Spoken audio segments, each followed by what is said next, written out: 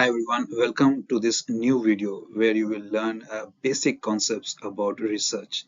So in today's video, I will talk to you about the types of variables. So there could be different types of variables depending upon your viewpoint. So if you are looking at it from the viewpoint of the study design, there are different types of variables compared to what you will see in this video today, where I will discuss the type of variables from the viewpoint of the unit of measurement.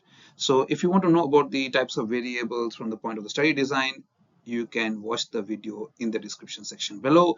And otherwise, let's get started with today's video, where I will explain to you that from the viewpoint of the unit of measurement, there are two ways of categorizing variables.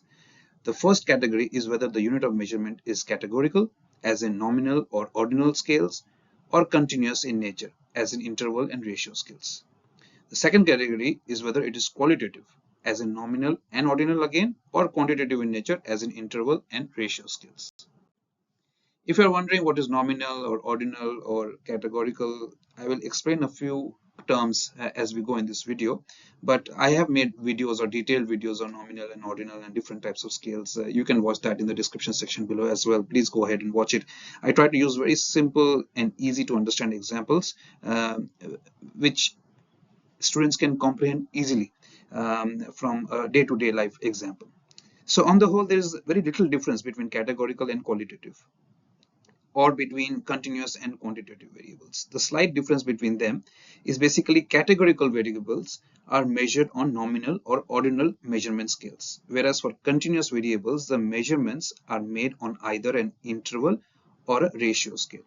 So let's get into some examples. There are three types of categorical variables. So the first one is constant variable. Constant variable has only one category or value. For example, a taxi or a tree or water. It cannot have multiple categories, right? A tree is a tree, a taxi is a taxi, and water is water. Or we have the dichotomous variables. Dichotomous variables has two categories.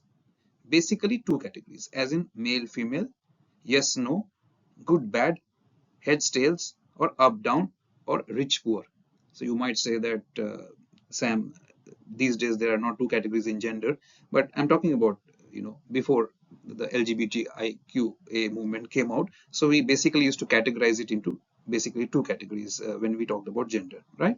Or we could have polytomous variables where it is divided into more than two categories. So if you think about religion, we have Christians, Muslims, Hindus, or political parties. We could have Labour, Liberal, Conservative, Greens, or attitudes, starting from strongly favorable to uncertain to unfavorable, strongly unfavorable. So these are the three categories basically of categorical variables. Now, continuous variables, on the other hand, have continuity in their measurement. For example, age, income, and attitude score. They can take any value on the scale on which they are measured. So age can be measured in years, months, and days. Similarly, income can be measured in dollars and cents. Now, in many ways, qualitative variables are similar to categorical variables, as both use either nominal or ordinal measurement scales. However, there are some differences. For example, it is possible to develop categories on the basis of measurements made on a continuous scale, such as measuring the income of our population in dollars and cents, and then developing categories such as low, middle, and high income. So it's up to you how you categorize low, middle, and high income depending on how much a person is earning in a month or a year.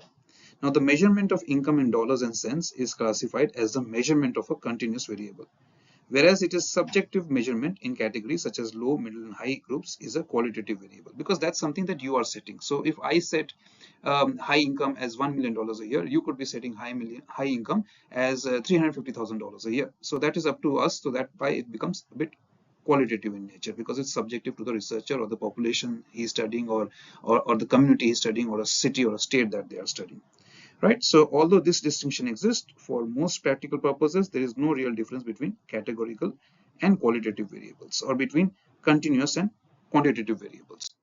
Now, if you look at this category here, you will see that there are some similarities and differences among the various types of variables. Now, if you're a new researcher, just a beginner, it is important to understand that the way a variable is measured determines the type of analysis that can be performed, the statistical procedures that can be applied to the data, the way the data can be interpreted, and the findings that can be communicated. You may not realize at the beginning that the style of your report is entirely dependent upon the way the different variables have been measured. That is the way a question has been asked and its response recorded. The way you measure the variables in your study determines whether a study is qualitative or quantitative in nature. It is therefore important to know about the measurement scales for variables.